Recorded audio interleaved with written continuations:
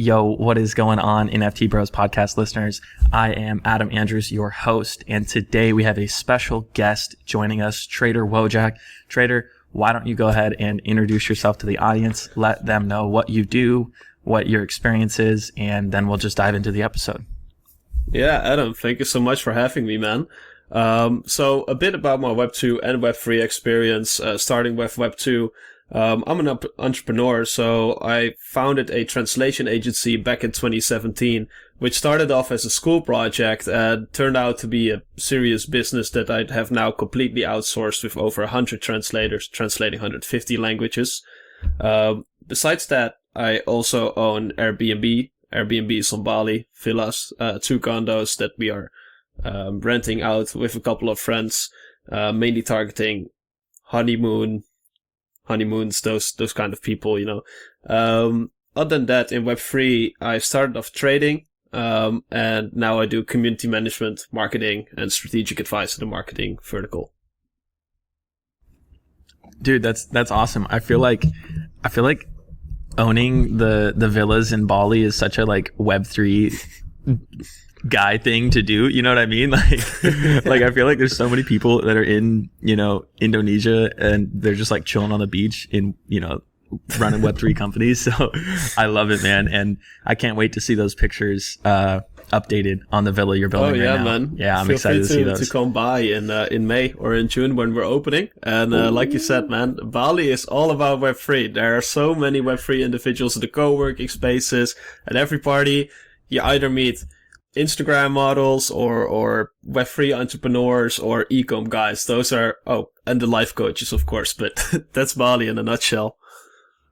Dude, you may have just convinced me to fly out there and hang out with y'all whenever that villa is done. So I'm gonna hold you to it because I definitely have been wanting to go to Bali. But Perfect. Dude, let's dive in and just talk about like the state of the market in terms of NFTs and like where you see it going right now, and then we'll kind of just see where the conversation takes us around NFTs and crypto. Sounds good, man. Yeah, there's a few things actually in the market that interest me right now, and obviously we're in a massive bear market now, so liquidity is drying up. It's a big downtrend, but one thing that we have not seen before in the previous cycles in crypto is that we're actually entering a recession now.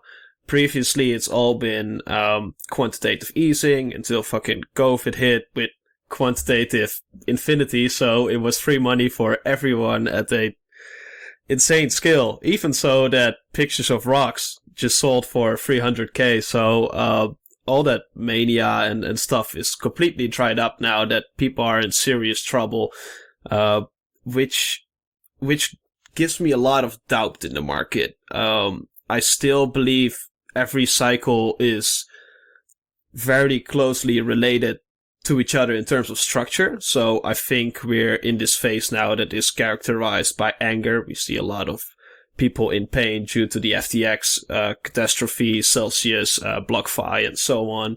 And of course, all their positions being underwater. And I'm curious to see when we'll see a depression phase where low volatility has completely dried up. There's no interest anymore in the market. The general opinion about crypto and NFTs will be that it's completely dead.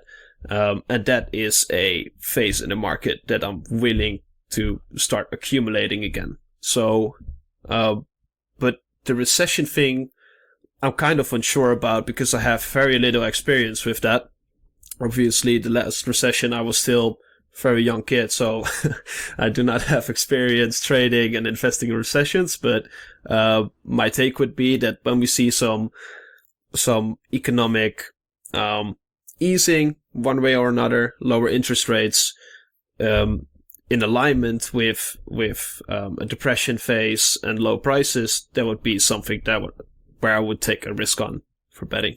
Dude, that's a very similar outlook that I have on the market. I'm I don't know how heavily involved in the Web3 business side of things you are versus investor side and like more so, I guess, consumer side. But, we're seeing,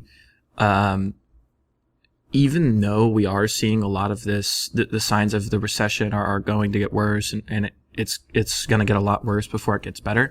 We're still seeing a lot of interest from big money, VCs, family funds, like these investment banks that are still coming into the space because they believe in the future of the technology. So that's really, I guess, for somebody who's building on the business side of things, I don't want to say comforting because it's not. It's still a very scary landscape to be building a business in, but in some ways it's a little comforting seeing a lot of money still flowing into the space inside of the VC and like family fund side of things. And so when you look at that, to me, that still shows signs of there's a ton of potential here, and that the NFT market as a whole and the NFT technology isn't going to die. And there's a lot of speculation around it dying because of 300,000, $1 million pictures of fucking rocks and fucking monkeys taking it and just shitting on this technology, right? And so like, I agree with you on the majority of your viewpoints on the market and like where we're heading. Something that I do love asking all of my guests is to define an NFT. Like, tell me from your point of view how you describe an NFT to somebody who doesn't know what an NFT is at all, because that's alongside the people who are involved in the Web3 market. My target demographic for this podcast is to help educate and onboard new people into Web3. So explain it like Eli 5 it, explain it to me like I'm 5 okay. and, maybe the listeners will understand your point of view versus mine. So that's a question I like asking. Yeah, that's a good one, man, because there's a lot of controversy and a lot of misconceptions and misunderstanding of what an NFT really is. Non-fungible tokens are nothing more, nothing less than proof of ownership. So this can be attached to anything. In Web 2 we have contracts. In Web 3 we have NFTs. That's the difference, at least the way how I see it. And why this is impactful? Well, of course, the profile picture mania is nothing. It does not represent what the technology truly is. Well, it is one application, you could say, one form of utility, but where it does make more sense is we have actual contracts for employees, for freelancers and so on that are NFTs, or maybe even better in gaming, where I see the most utility. Let's say you have a CSGO skin and it's an NFT. It's easy tradable. It's trackable whose it is. It is trackable what the flow of the owners were, like who owned it and who were the previous owners. So I think that's a really interesting one, and I can also see this become big in clothing. So one of the projects that I've worked with in the past, Uniquely, shout out to them. They are making physical NFTs. So they have an NFC chip in, let's say, this hat. You can scan it with your mobile and you get redirected to a digital copy of this hat. So you can see this hat is legit. It is indeed from New Era, and it can be proven. So fake clothing, let's say the Turkish markets, the Turkish bazaars. I'm sorry, Turkey, but they will go out of business one day with all the fake clothing, because now it's easy to see if it's actually legit or not. And you can also imagine what this would do to the ticketing industry. Dude, great explanation. I love it. Digital ownership and like trackable ownership online. And, clothing is a great way to explain it to a new user who doesn't know really what NFTs are. And so that kind of just leads me into question number 2 is, where do you see like the biggest future use cases for NFT technology moving forward? You mentioned clothes, you mentioned tickets. I've spoke about both on this podcast briefly. If you want to go in depth on one of those, I would love that. I believe the ticketing industry, I have a $10,000 bet with somebody that if the ticketing industry is not 100% NFTs 10 years from 2021, so in 2031, if all of the ticketing industry is not using NFT technology, I owe her $10,000. But I believe in the technology so deeply that I'm willing to bet that 10K. So if you want to talk about the ticketing industry or clothes or wherever you want to take this, I'd love to go there. Mm-hmm. So, yeah, man, I think that's a fair bet. I don't think that's like a bad option trade at all. Thank you. But to come back to your point, I think most people will not even notice that they're making use of NFTs. That to me is the absolute best way to introduce NFT technology into a market of people who don't care about NFTs. It's not so much that they need to use it. It's that the businesses need to use it to be more efficient and functional and keep better records, and like the ability to just reward the consumer there is so much higher than a physical ticket. And I truly believe that programs that are framing NFT use as not NFT use, kind of like the Starbucks stamps program, are going to be the successful ones. You know, what Starbucks did was very smart. And the players that do that and transition the NFT word to stamps, or like, you know, whatever the word that you use for your NFT is, I think those are going to be the big winners in at least the ticketing space for sure. Mm-hmm. Yeah, I completely agree, man.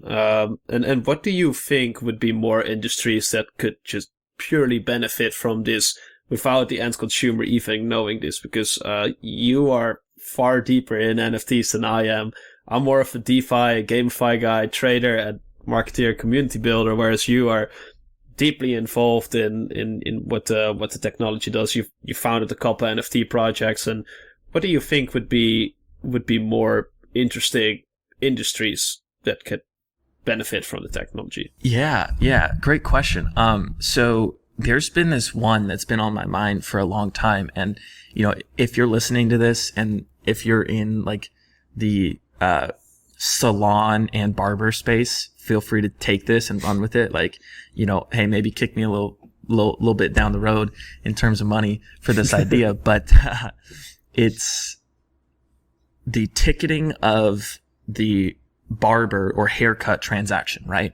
So there's a few key points for why this would be beneficial. One of the key points is the percentage of people who don't show up to an appointment is pretty high for barbers and salon owners, right? And so they can only do so many haircuts in a day. And when they lose out on somebody for whatever reason, they woke up late and they can't make their appointment, they forgot about it, life got in the way, whatever the case may be, they're losing revenue, right? Now there are cancellation fees that I'm seeing on these booking apps more so, right? But if you were to add NFT technology behind that, where in the smart contract it says, hey, I booked at this time on this day. If I don't show up and use this NFT by this time, it's burnt and I don't get any of that back. Therefore, it increases the amount of users who show up to the appointment, and it increases the revenue that the barber or salon hairstylist can collect. Therefore, she's making the most amount of money, or he's making the most amount of money that they can, while simultaneously putting the I guess responsibility back on the person who's supposed to show up for the appointment, right? And I think NFT technology could be used in that aspect. That's one that I've been thinking about a lot. It would have to benefit dentists do this as well, right?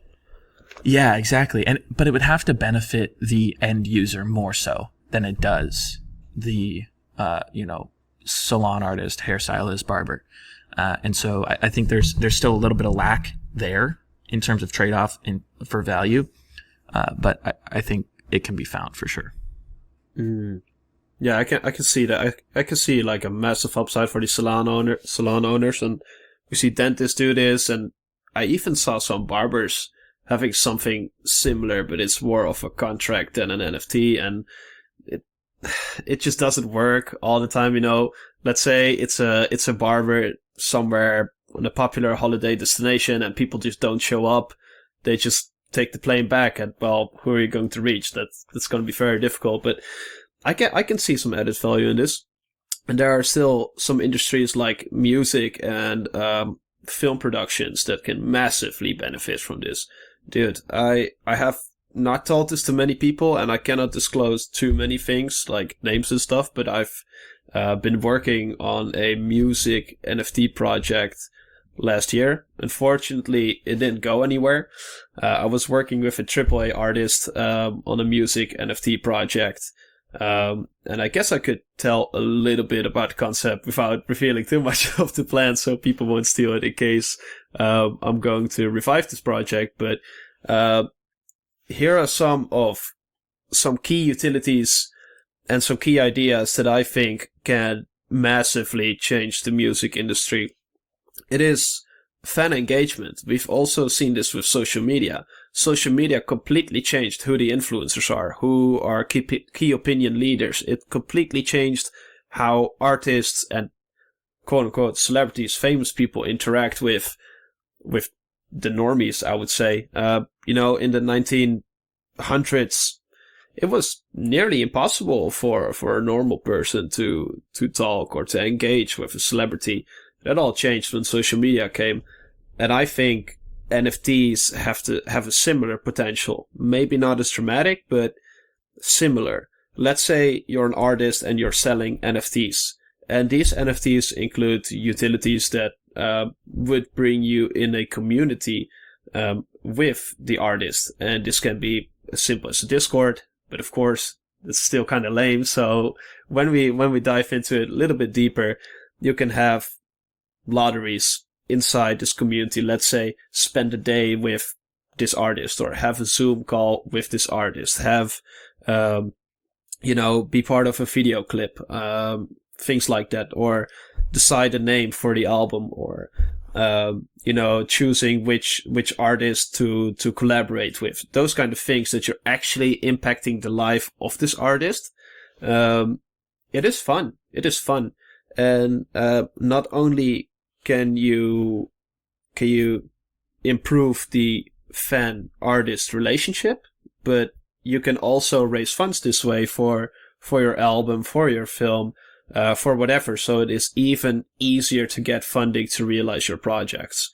So it's a bit of crowdfunding, bit of community, and I see that it has potential. One potential danger, or one potential thing that I think might be overlooked with all this NFT hype mania, is that just a simple question, why has it not happened yet in Web 2? Because it is possible, but just the technology smoothens it out, and it seems to spark these ideas in entrepreneurs, but I don't know why it hasn't happened yet. What do you think? Dude, I love that you brought this up, because my whiskey company is trying to go out and do this for musicians and artists and people who have a following, right? Hey, let's do a collection drop of custom whiskey for your most dedicated fans, right? How we do this, I don't know. Do we do a raffle style and then just sell it? Is it just a merch drop type thing on the website? They don't even know they're interacting with NFT technology that you can reward them with later. But like the ability to reward the end user through NFT technology on an ongoing basis is going to be huge, right? You're going to see this with tickets, right? Let's say, for example, one of my favorite artists, his name is Jack Harlow, right? He's a rapper. I've been following him for a very, very long time. Let's say I went to one of his first concerts that he sold out, right? With NFT technology. Okay. Nobody knows on the back end really that the NFTs, the tickets were NFTs, right? But I went to his first sold out concert. That's a memory in his heart that we now share together, right? Now, 10 years from now, when he goes and sells out Madison Square Garden, he can reserve, let's say, 4,000 tickets for people who attended his first sold out show in order to reserve those tickets for people that believed in him early. That's a reward, right? Mm-hmm. Going to a sold out concert and having your ticket reserved, that's huge. That's a benefit to me. What if I show up to that concert and now I get VIP access lounge, or a free drink or discounts on merch. There's just so many avenues that artists could go. Hey, custom whiskey drop, Jack Harlow custom whiskey. He's, from Kentucky. That would be pretty sick. You know what I mean? Our whiskey's from Kentucky. And so nice. That's just one avenue that could be gone down. And the ability to do this is now going to be much, much easier for these big Web 2 entities because softwares are being developed to do this very specific thing, right? Reward the holders of said NFTs based on metadata or based on, when they purchased or the drop that they purchased, etc. I literally have a friend who is building this exact solution to where you can launch an NFT project and then continue to reward the people who bought into this NFT project or ticket or whatever it is. But you can continuously send them airdrops based on metadata and whatever NFT collection they were a part of. And you can just continuously build that community and that loyalty between you and your end user or your end consumer, rather. So I foresee the technology being utilized in that space heavily. And by the way, if you are going to pursue this in the future, I think I should make that introduction to this guy who has this technology because it just makes your job a bazillion times easier. Yeah, let's do it, man. Yeah, I'm still thinking about it. Let's talk about it after the podcast. But yeah, like you said, man, in loyalty programs, in every single vertical out there, I foresee airlines even using it for, let's say, now we have these you have to create accounts, you have to download their apps, you have to, manually add the points to it. And man, every single flight I've taken, I forgot to add these points to my accounts that get me special access to X, Y, or Z. I forgot. I don't even really care about it. But I think when this threshold is being lowered, because to be fair, the only reason why I didn't engage in that was just being me being lazy. But if that threshold is being lowered one way or another with NFTs, that it automatically, the first time that I purchase a ticket on, let's say, KLM or Emirates, and next time they will recognize the IP address, or in this case the wallet that purchased the ticket, and automatically add points to his or her NFTs, that would dramatically lower the threshold and actually make me use it. So there's a lot of potential here. There are downsides. I have to say, technology can be used for good ends, can be used for bad ends. And I'm not sure why you started with crypto, but for me, one of the main reasons is because I fucking hate banks, man. I totally hate banks and central governments as well. Like the vision of Satoshi is decentralization. And now one of the threats that we are seeing are CBDCs and digital identities. And yes, they do lower thresholds. Yes, they make life a bit easier. Yes, they make everything a bit more manageable. But the downside is you're being traced, you're being tracked. Everything is centralized. They have massive access to big data, and they can do with it however they please. Add taxes to I don't know, even the carbon dioxide tax now, for instance, that will probably be incorporated to a digital identity, to a CBDC. And I don't want to dive into conspiracy theorists. I don't really care. But this kind of contradicts the vision of Satoshi. And for many people that have gotten into the space. What do you think of regulation? What do you think is important? What do you think are threats? How do you think we as builders can manage this? Yeah, dude, that's that's a difficult question to answer because like we believe in and rely on decentralization and the blockchain being what it is and the technology that it is to essentially kind of like regulate itself because it's public, right? Everything can be seen. And so it's very hard to hide things, but people do a good job at it.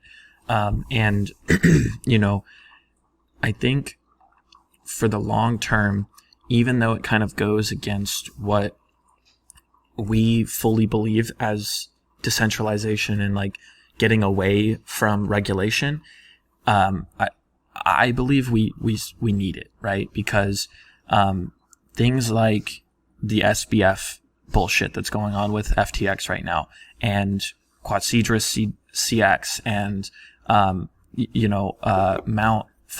Mount Gox, all of these things likely would have been mitigated and or caught or stopped with regulation. And so it's hard, and I really don't know where I see the future of regulation. And now from an investor and owner of businesses standpoint, I understand why regulations take so long to get passed, because there's just so many benefits, yet also it's stripping away so many like empowering things about Web3. That sucks, right? And so the regulation conversation is a rabbit hole that can just be gone down. Like, dude, I mean, there can be some 18-year-old listening to this right now that thinks this is interesting and go into crypto regulation and work there his entire life and practically have done nothing, because that's how slow the regulation conversation goes. Like, that's my thoughts on it. I think there does need to be future regulation, but it sucks because we love decentralization so much, and like that's something that we cherish, because we've just been treated so wrongly by the banks. Fractional reserve banking is not that should not exist. No. Hey, here's $100. Poof! You just made 1,000 out of it. What? How the fuck? It's just a giant pyramid scheme. It doesn't make any sense if you like actually understand economics and how the money system works. But it's literally Ponzi, man. It literally is. Literally, it's a giant. It's the biggest Ponzi in the world, which is, I think, why there's so much pushback from the big banks around crypto, is because they're building their own shit, and they don't want the masses to get involved in crypto until they have their hands fully grasped on and they're ready to launch this, because they're missing out on that data, man.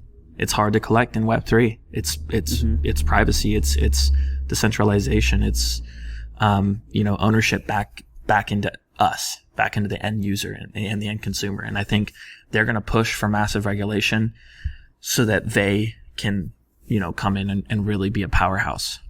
And it's an unfortunate thing, but I think there's going to be a small handful of people who realize that and can avoid it and can use the industry and like the technology to their advantage to essentially escape, right? And not be at the grasp of these big banks and these giant corporations for the future. So a long-winded explanation on like my thoughts of regulation and things like that.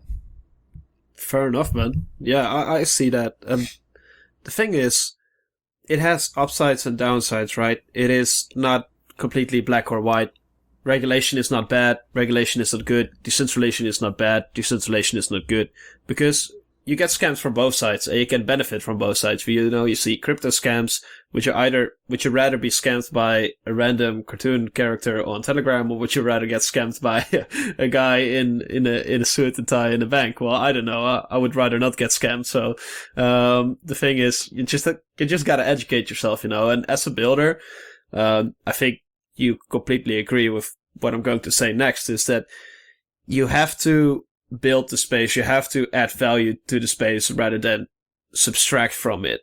I'm a huge believer in karma. And I think if you only subtract from the space and only try to take away and strip away as much as possible without delivering or adding any value to the space in whatever way, then you're doomed to fail. And if more and more people do it, you basically destroy an industry, which would be a shame, because I think every crypto native, whether they are pump and dumpers or they are traders or they are builders, they all love decentralization. So let's not forget what the big vision is, and that is to truly decentralize and truly build dope shit so that people come into this space more.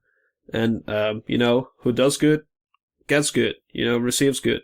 And I think that should be a priority of everyone in this space. I 100% agree with that. Like, the people who are building solutions to help the Web3 user are going to be some of the largest future businesses in the Web3 space for a very, very, very long time to come.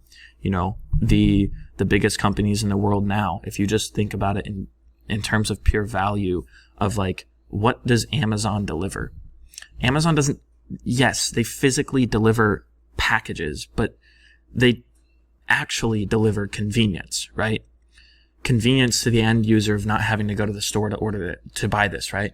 Convenience of a massive selection of products throughout the entire world that at one click of a button, of that buy now button, you can have in your hands within sometimes 24 hours or even less, And so if you can build a Web3 product and or offering that helps, like, the end user and the Web3 user have their life be more convenient, you're gonna win, right? So, like, for example, what we built with Just Cubes is access to faster transactions. That helps a trader's journey. That helps them, like, it's a tangible thing that helps, right? And so it adds convenience. It helps them trade. And I think the biggest companies, like I said, in Web3 in the future, in the next 5, 10, 20 years, will be those that help add convenience and help the Web3 user, with whatever it is that's very specific. Maybe it's avoiding scams, maybe it's faster transactions, whatever it is. I think that's where the future of Web3 technology and, like, the businesses will really, really, really grow and become extremely valuable. 100%. And I think this tech only makes it easier. And there still, besides adding value, I think there are also some other changes involved in Web3, what we have not seen before in different industries or different bubbles in the economy, is that I think John said this, 7OG Group, also a Affinity member. He said that community leaders are the new influencers, which I really was intrigued by, because you see more and more that these crypto Twitter influencers, they all start out by calling gems on the internet. This could be on Telegram, Discord, Twitter, whatever, but people engage with them and they form this community about discussing things, discussing gems and talking about potential downsides, potential upsides, and so on. And you see these people gain massive popularity, but not only for influencers like crypto influencers or travel influencers, whatever, but community managers of products, of Web3 projects, NFT projects. I bet you have gained some popularity due to your projects as well. And what I think, when everything becomes Web3, and you have all these separate yet intertwined economies within every field in life, then there will be key opinion leaders, community managers involved in those specific communities that will gain massive popularity and completely change our way of interacting with a brand, because we can directly talk with them. Oh, absolutely. And I think there's many projects that do this and have done this really well and built a very nice system and ecosystem. And one that immediately comes to mind is Gojira, right?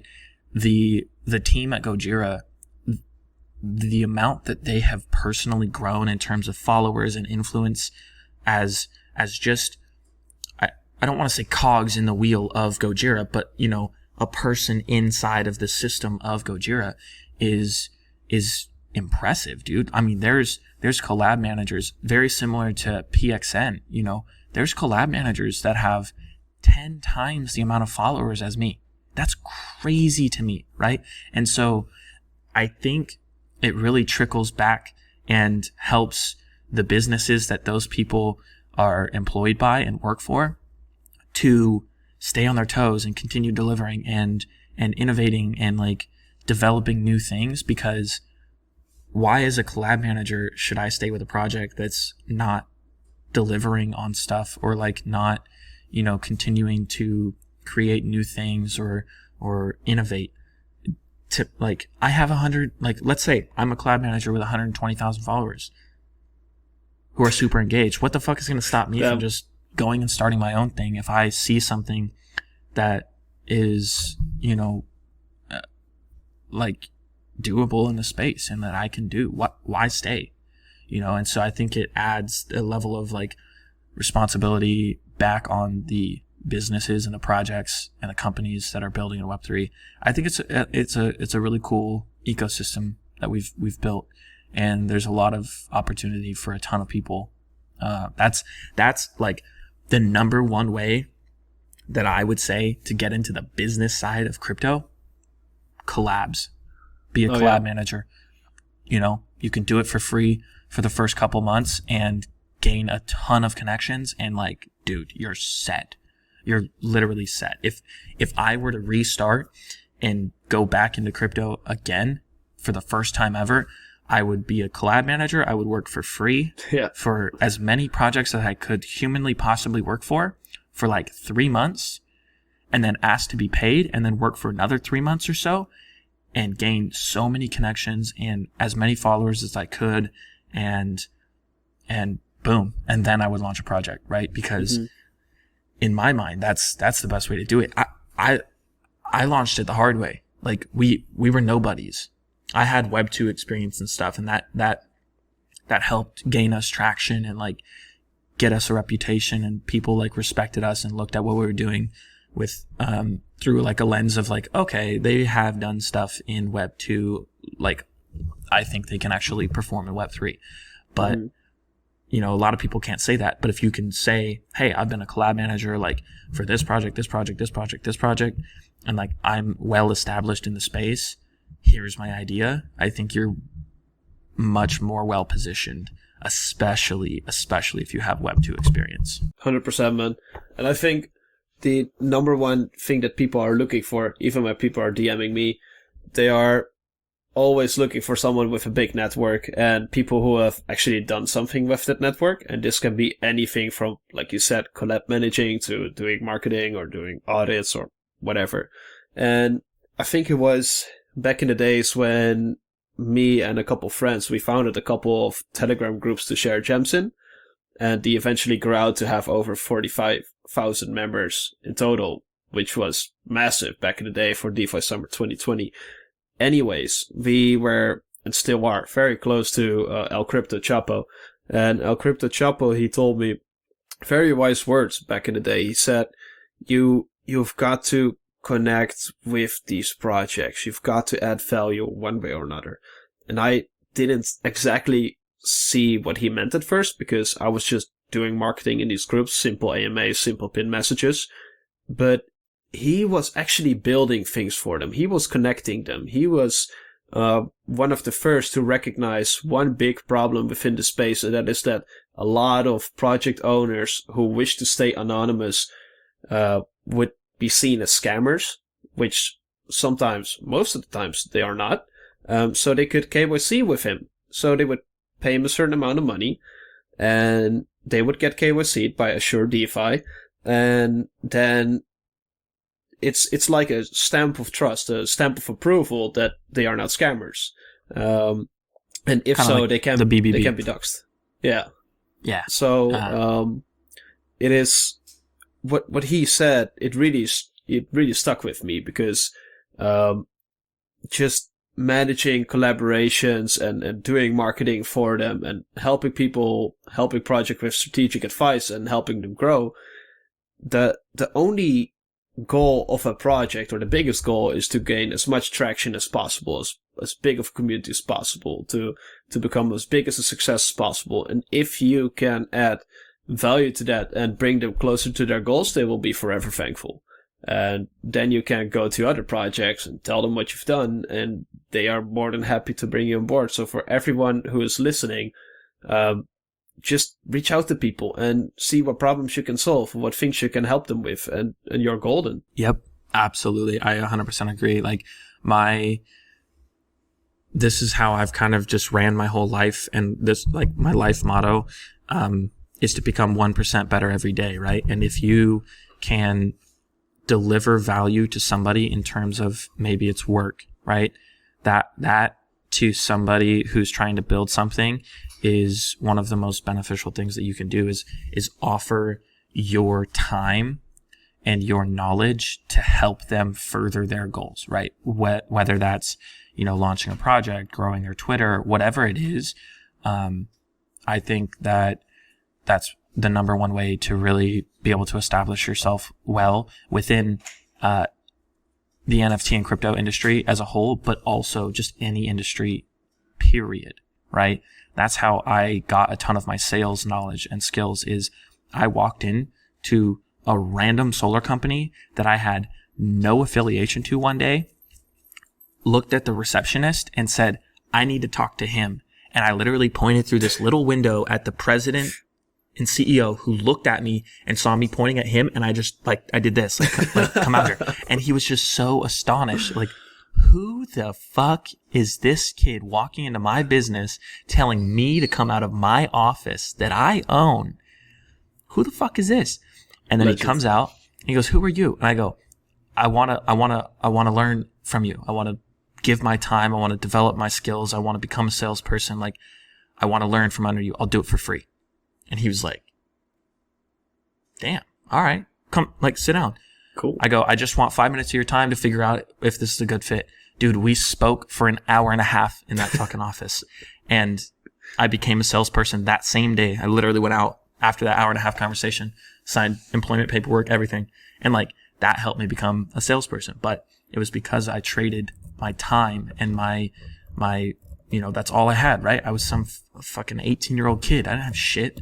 I traded my time for somebody else's knowledge. And so I think that's the number one way to get into any industry, period.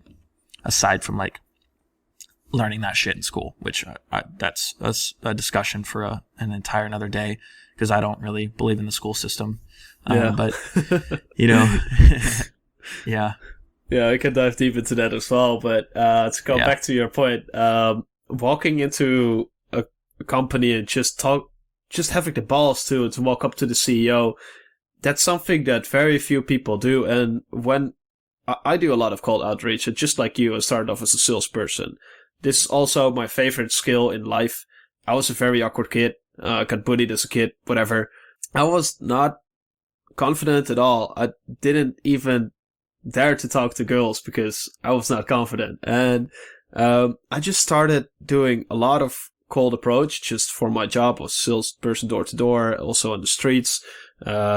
Not a drug dealer. I was selling lottery tickets, but anyways, to come back to the point, now that when I do cold outreach, I always directly message the decision-making unit. So this can be, in my case, as a marketer, an advisor, I reach out either to the CEO or the CMO. Nobody else. And I also use a strategy where I would go a few steps lower. So I would, let's say, hit up the community manager, talk to them for a bit, become friends, and then ask him for a referral to the CEO. So he messages the CEO and says, "Hey, Wojak wants to speak with you." And because the CEO trusts the community manager, conversation is open. So sales and having the balls to talk to quote unquote high level people is the best thing you can do. I 100% agree. The ability to connect and speak to somebody is probably the number one skill that anybody in the world can develop right now. Like, the ability to convey what you want and get your point across and your value add across is the foundational elements of how to like develop a career and like really make something for yourself. And so like you said, you were kind of nervous as a kid and like didn't want to talk, and like going up to a girl, like that's like never going to happen, right?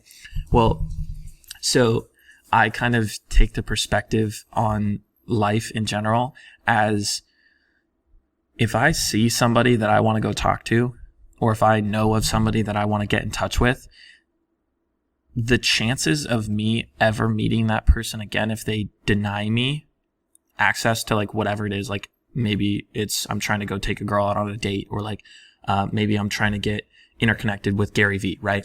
If I get shot down, nobody in the world is going to know that interaction happened, except for like a very small handful of people that, you know, hey, maybe it's a group of friends and you're approaching her girl. There's 5 girls who maybe remember this one interaction in 2006 where you approached the girl. Nobody's going to remember that shit. They remember the things that work, and the only things that work is trying to make shit work.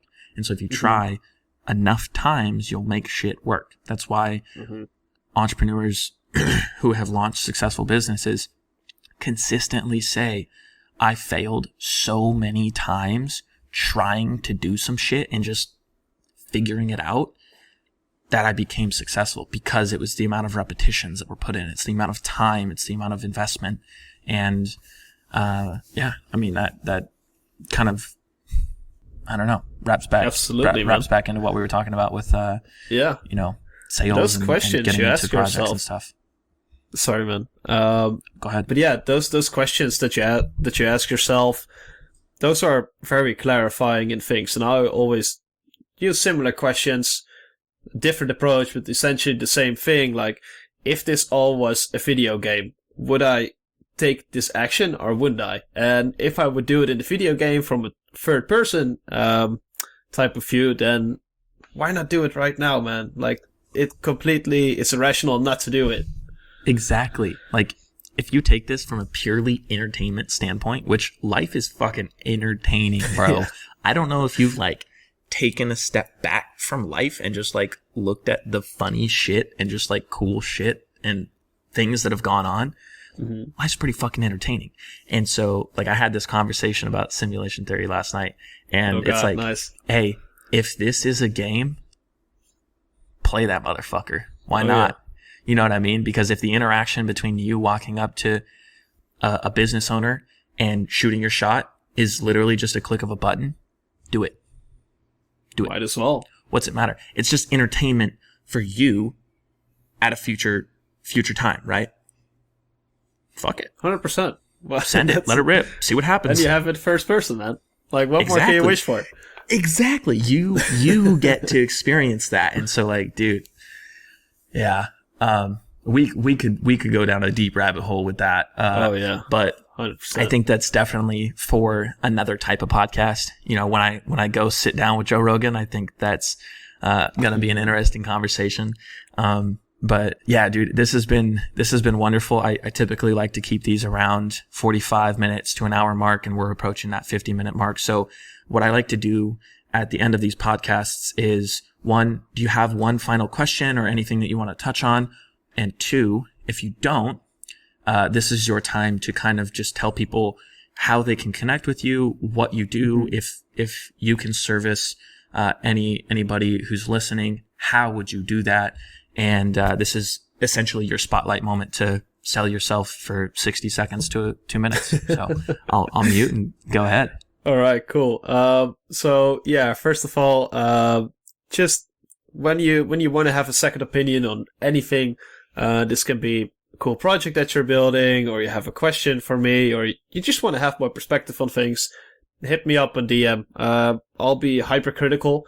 I'll make sure to approach everything through a lens that a VC, for instance, would which approach a project with, and this is the lens you need in order to poke holes in your project and understand what the gaps are that you need to fill in order to become successful. And I do this free of charge. If there's any way we can collaborate or work together, I'll be happy to do so. But until then, let's explore. And the best way you can hit me up would probably be on Twitter or on Discord.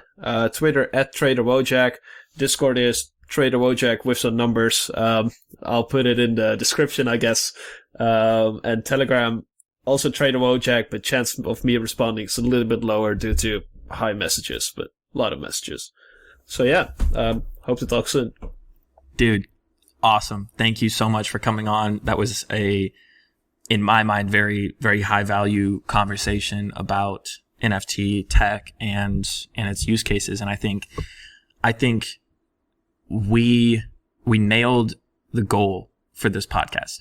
And that's my goal for every single podcast, is to provide some sort of perspective or value to our end listener, right? Whoever's listening from wherever you are in the world, if you learn something, that's the whole goal of this podcast, right? I don't want to take a bunch of ad revenue. The reason for this is to help onboard people into Web3 safely. And so if you guys learned anything, please go follow Trader, DM him. If you can work with him in any way in the future, great. If not, great. And I hope you learned something. If you did, please connect with him. Please, give us a follow, give me a follow, drop the show a like or subscribe on YouTube if you're on YouTube. But, leaving reviews helps us in the algorithm, and that's all I ask for. I don't want to take on money for the show. That's not something that I want to do. That's not what motivates me. And so, if you would just leave a review, I would appreciate that. Thank you guys all for listening. Trader, once again, thank you for your time. Thank you for your insights and your knowledge and your perspective. And with that, we'll see you guys on the next episode. Peace.